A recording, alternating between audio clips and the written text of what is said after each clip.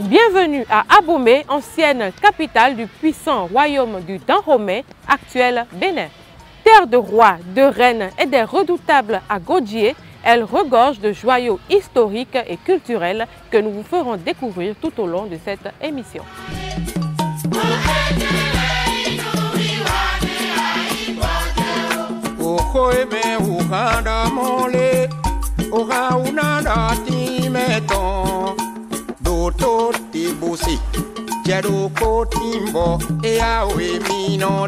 Roi Milton Daho Béanzin et Minomon Fio. Niwe itije sembo ewado tem de filo koho. Epodo o yogo to menle ko epedo ndebo tagba di pe iperi bero jije. Wa ton tagba na fo a ton wezon ewado nu yogo a français lo yi wa premi do fi do koko fi. Faisons yamo situati miton ero koko yo we zoma imo ne e ko gredi we imbo ina lefu wa yo apre do fibo do ko do po do we don we ri yo yira mo do mo teme yide ton ati koro ala wa elo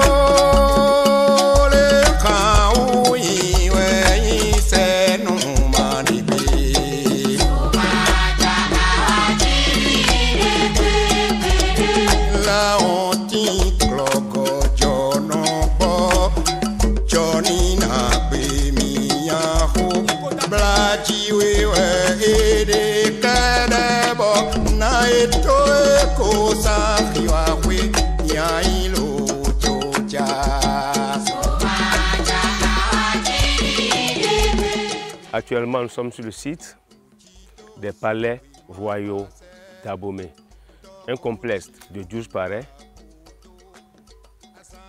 qui ont connu aussi leur début depuis 645 jusqu'à Béanzin. Parce que chaque roi devait construire son palais à côté de celui de son prédécesseur. On a aujourd'hui un site qui est estimé un peu au-delà de 47 hectares et qui est reconnu patrimoine mondial de l'UNESCO depuis 1985.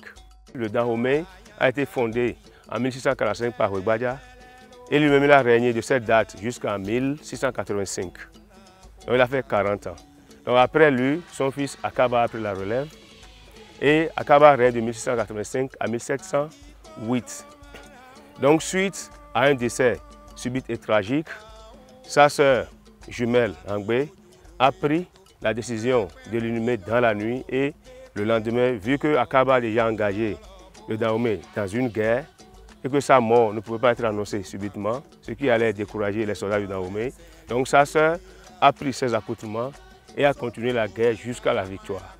C'est après la victoire qu'elle s'est révélée et ses frères de la famille royale n'ont pas du tout digéré qu'une femme soit installée sur le trône. Parce que dans les 41 lois créées par Wegbadja, le pouvoir devait passer de père en fils. Donc ce qui a fait que Dossou Agadja qui a dit il n'est pas venu après les jumeaux, mais il est devenu le puné par la force des choses. Donc c'est lui qui va réussir à renverser sa sœur. Après 3 ans de règne, c'est-à-dire Hangbe qui va remplacer Akaba, va régner de 1708 à 1711.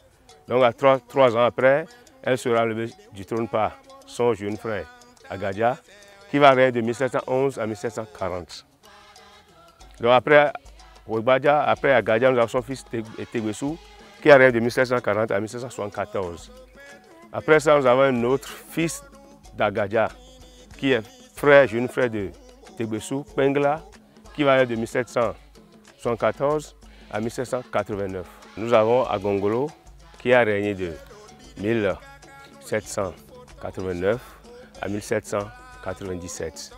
Donc après Agongolo, nous avons son frère Adandozan, qui a régné de 1797 à 1818. Donc après cela, nous avons Gezo, qui a régné de 1818 à 1858.